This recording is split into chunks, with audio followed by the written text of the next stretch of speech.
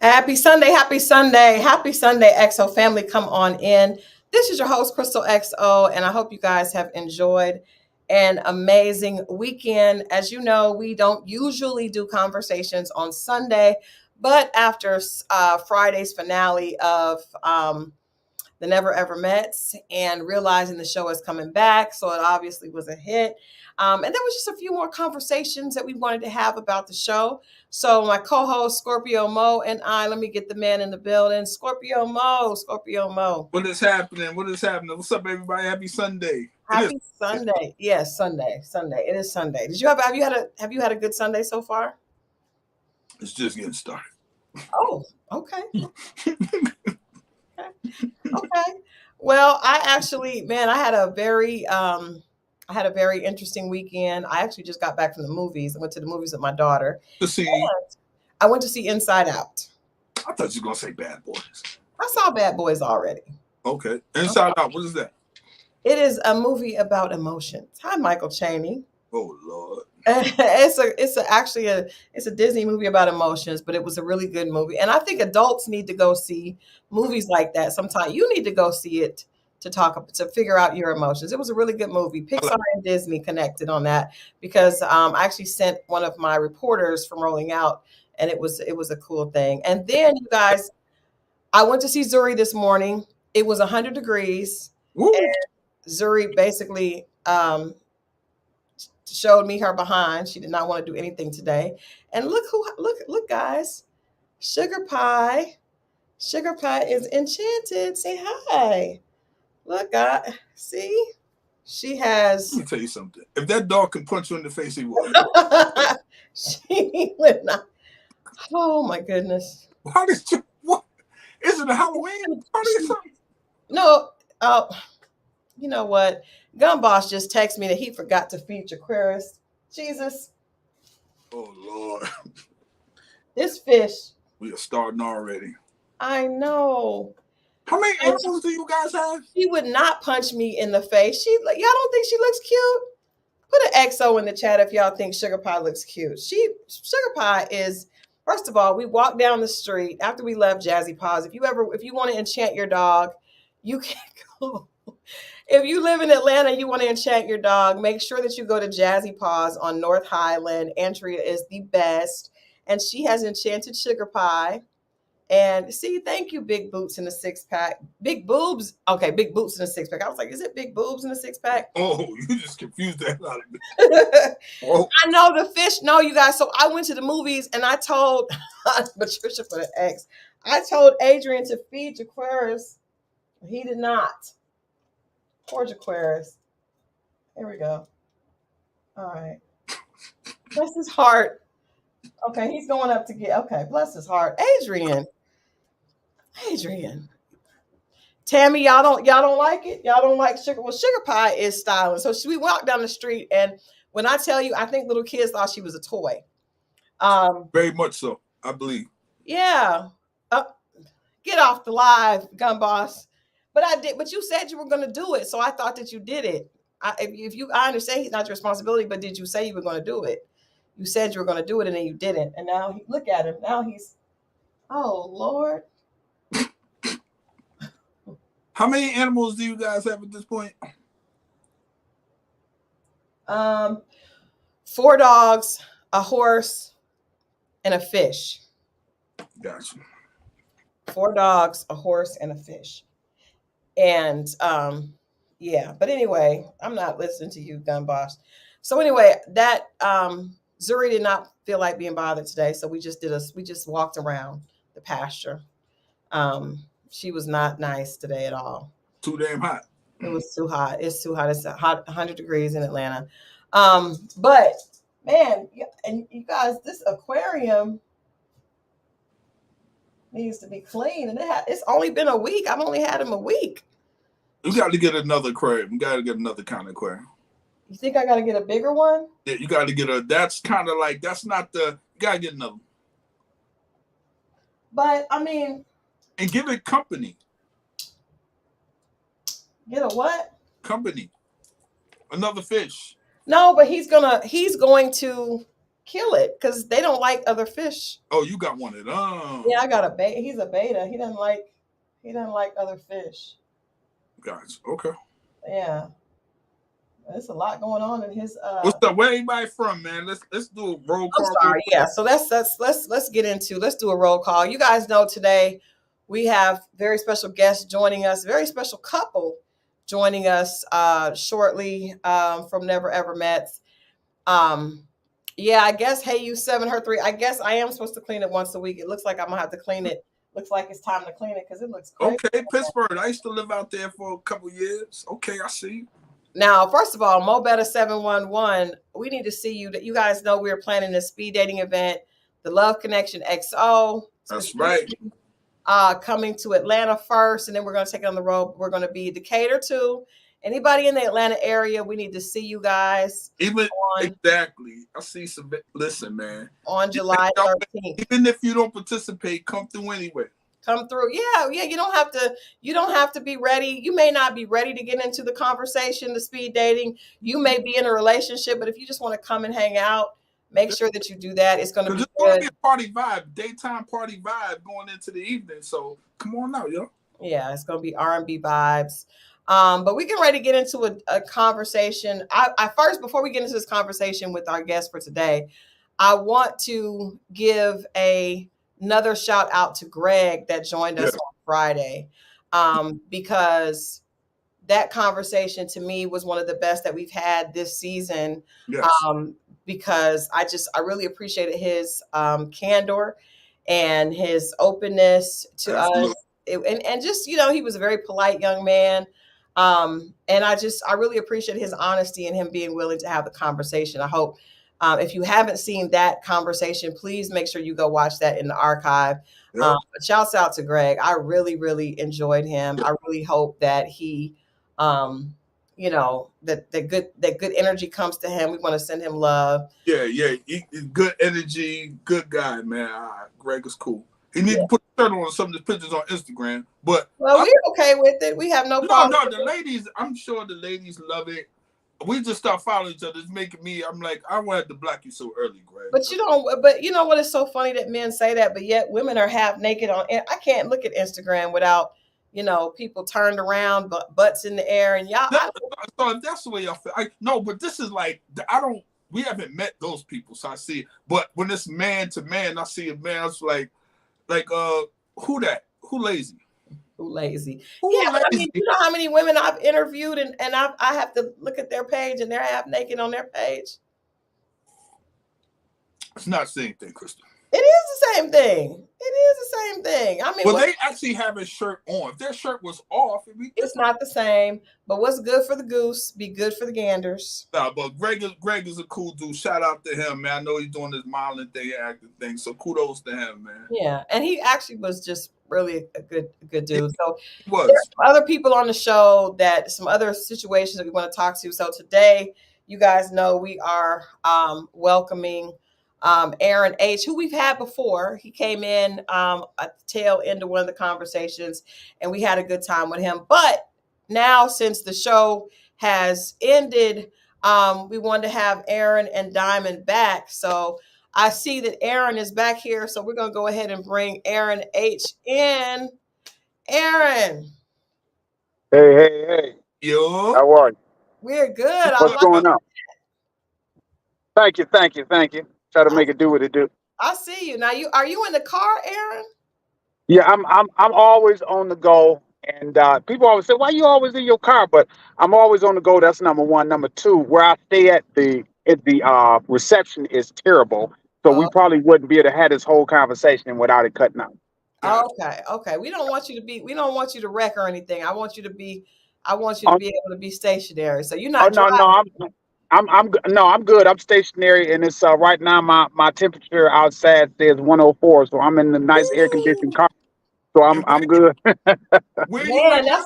it was 100 degrees here as well. I don't know what y'all. We are not even in July yet. What is happening? Yeah, where you at?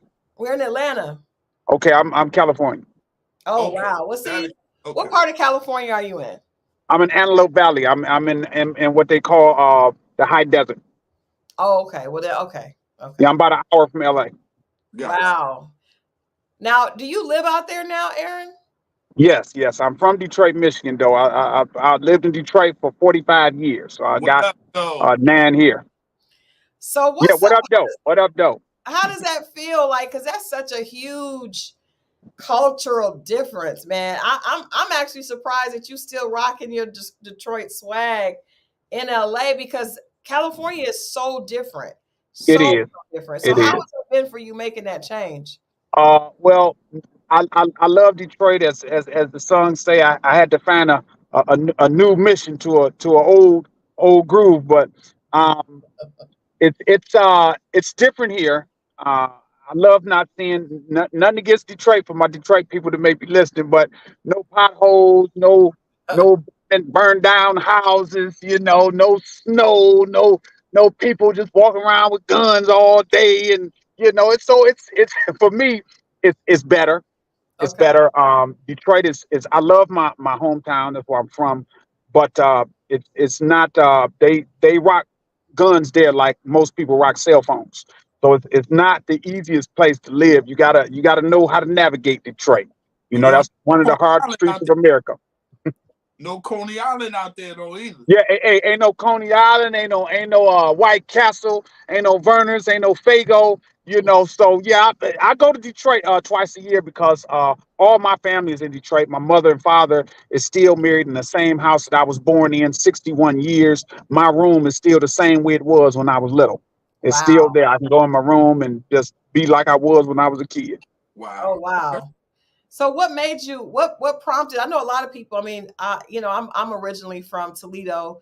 My mother moved to Oklahoma and then I moved to Atlanta afterwards, but my mom moved from Toledo because of opportunity. There really isn't much. Toledo is very little opportunity. No shade, but it's just very very little opportunity. And I was talking to a girlfriend from Detroit, and I mean, you have to love your roots. I actually want to go home and buy my childhood home there and do some other thing. We own some land back there and all that, but she was like, Detroit smells like it just smells like depression and I mean, I hate that, but I'm asking you, like, what prompted your move? Well, actually came here in 1991. I came to Okay. California because I've been doing comedy for a very long time. I used to do circular comedy in the bars and all that kind of stuff, and then I switched over to my upbringing, which is Christian comedy. So I only do churches. But I came here for a comedy show in 1991, and at that time, my godmother, God rest her heart, because she passed away, but she lived here, and Hmm. I stayed here for about 6 months. And I said, if I ever move, I knew California was where I wanted to go because it was the only place that I had been. I've been to a lot of states. It was the only place that I had been that was just like the TV. Even they bad parts look good to me. Even when you go through Compton, as bad as it may seem, coming from Detroit, that looked good to me. Still had palm trees and stuff. So I knew I was going to come here. But Okay. what happened was, and I know I talked about this on the show a little bit, what happened was I was in a 12-year marriage and I was in an abusive relationship. I was the one abused. If you've seen What's Love Got to Do with It, I Yeah. was Tina. She was Ike. I was raised not to put my hands on a woman. I have never put my hands on a woman a day in my life. Mhm. And so this woman abused me. I mean, she really abused me. I mean, I would be driving and she would just freaking hit me in the face or something. I've been pulled off of ladders. My private part has been pulled like a slinky. My mother has been strangled by her, which we had to put police on her for that. I was not allowed to see my mother. I was not allowed to deal with my children outside of the relationship. My children had to call her. They could not call me straight on because she said if they had my number, that means their mother had my number. Now I know that there's some people out there, so let me get this out right now. I know there's some people out there that says must have been something that you did. That's a negative because I found out later that the boyfriend before me was the same way, that she went through a window on him or something crazy like that. And then the guy after me, she tried to hit with a car. So this is just the way she is. But I stuck in there for 12 years. And when I tell you I stuck in there, I'm not telling you that I was some perfect husband, but I never deviated away from my relationship. I took care of the household. I took care of the kids and stuff like that. And this woman, and if you end up, for those that don't believe me, I have a couple YouTube videos from way back then, and I named it "My Wife Be Tripping," and you will see her tripping out on me on YouTube from years ago. I posted on YouTube, so I documented the way this girl did me. And so when we finally divorced, uh, she had me locked in jail. She told the police that I had put my hands on her, and she lied. In Detroit, I don't know how they work here or anywhere else, but in Detroit, for a man or for a woman, all she has to do is go in there and say that you hit her, and they will grant a restraining order. So I had a restraining order that I knew nothing about. I didn't know. She did it like on a secret tip. And so one day I was at home and the police showed up at the door and they pretty much arrested me and took me to jail. And I didn't know why. So I was not allowed to go into my home or my business. And while I was gone, my mother, she came to visit me in jail, and she didn't want to tell me then. She didn't tell me until I got out. She said, "Hey, I went by the house, and there was a U-Haul truck there. And that U-Haul truck, she took everything that I own. I mean, she didn't leave me with a dirty pair of drawers to wash and put on myself. I had bought her everything. I bought her Range Rover, Cadillac, all kind of stuff. The new boyfriend that she was messing around with was driving the truck and riding by me and all this kind of stuff. It was just something terrible. I left there because I knew that if I had not left Detroit, that I was going to be in prison. Because the last thing that happened was I called her phone, and he picked up the phone, and I said, "Let me speak to my wife," because she was still my wife at the time. The divorce hadn't fully went through, and he laughed at me. He laughed at me. I went into my little hiding space. I grabbed my Glock and I went to where she was. I was looking for her and him. I was going to take them both out. I can tell you that right now. I don't know if God was protecting me or them, but when I got there, they wasn't there, and I knew right then it was time for me to go.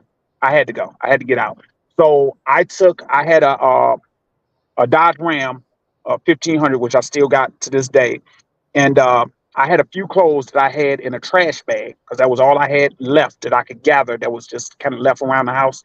And I had my motorcycle, which the judge made her give me my motorcycle back, the Dodge Ram, which she took, and I had a BMW 745 at that time. She told the judge that we sold the car. The judge said, "No, we didn't sell the car. You sold the car." And so I said, "Well, I want that Range Rover." And so the judge made her give me the Range Rover, which is still in the back of my mama's house right now. And I put my motorcycle on the back of my truck. And when they asked me where I was in California. And I never looked back. And that's my story of getting to California. But I'm going to tell you, it's the best move I made.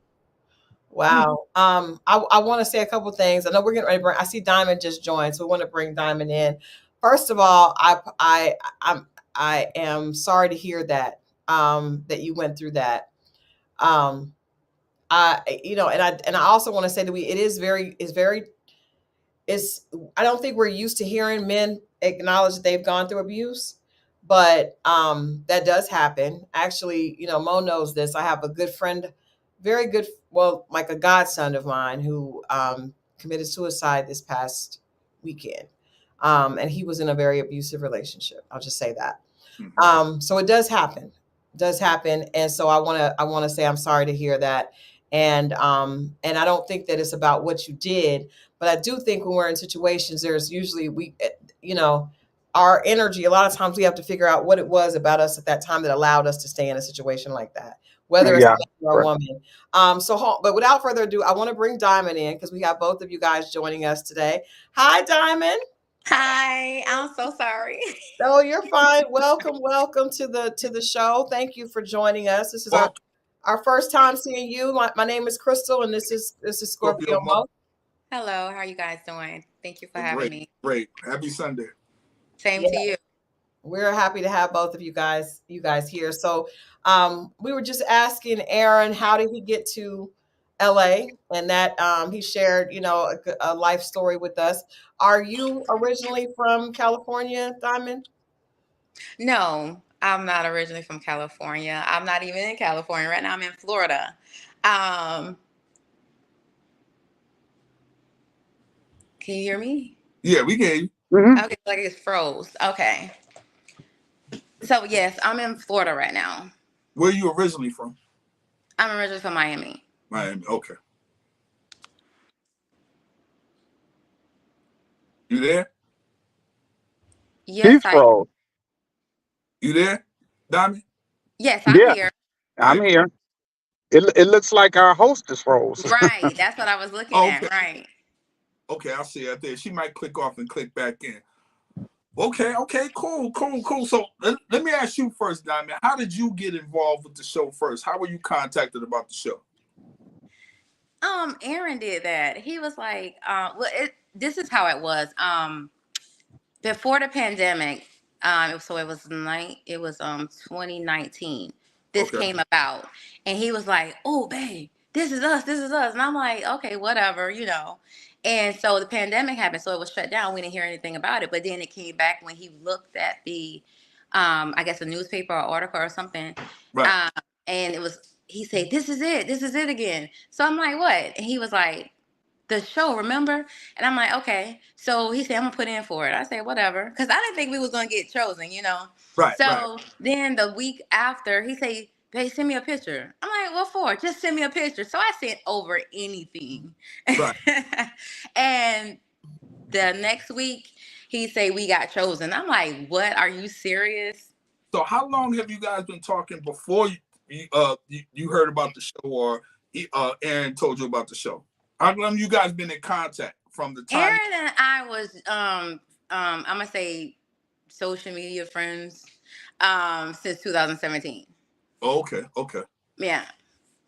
And you, Aaron, like for you, she said you turned her on to the information of the show. How'd you hear about it? uh, I think it came across my timeline or something. I actually act as well, Okay. but and that's how I met her, because I actually have an acting group with about 16,000 people in it, Mm-hmm. and Diamond, I believe, was a part of that group, and that's how we kind of met. But it came Yeah, he across went in my my inbox. yeah. But Oh, you pulled one. yeah. I had to slide up in that DM. So But what was it about uh, Diamond initially that caught your attention, other than you guys being friends, but for you to go a step further and go into the DM? Yeah. is your, wait a minute. Is your video working? Who's that? Mine? Yeah. Yeah, I'm good. Will you see her? Well, okay. My bad. No, listen. I see her. But you're That what made 1,000% me right. slide. And you're 1,000% right. I get it.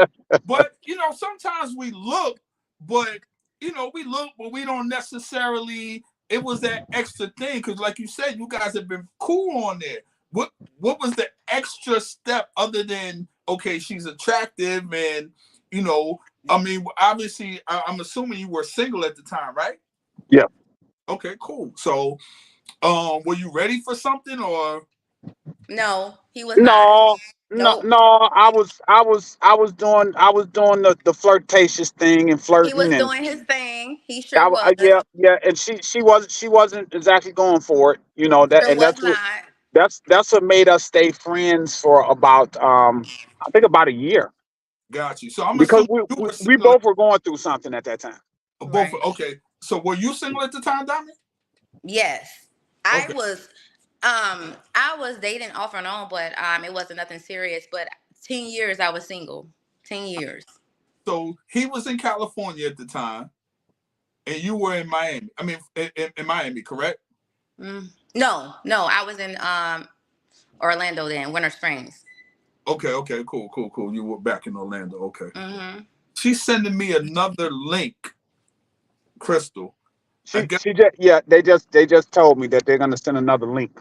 All right, so we got another link. We're gonna log on and click on the link that she had just sent. Did you get one, Diamond? They haven't sent it yet. Okay. No, I haven't seen it. Okay. So you're about to get it, Diamond. And we're Okay. gonna log off this and we're gonna click onto that new link. Is that cool? Yes. All right, then. Cool. Okay, I just got it. All right, cool. Diamond, you should be getting yours shortly.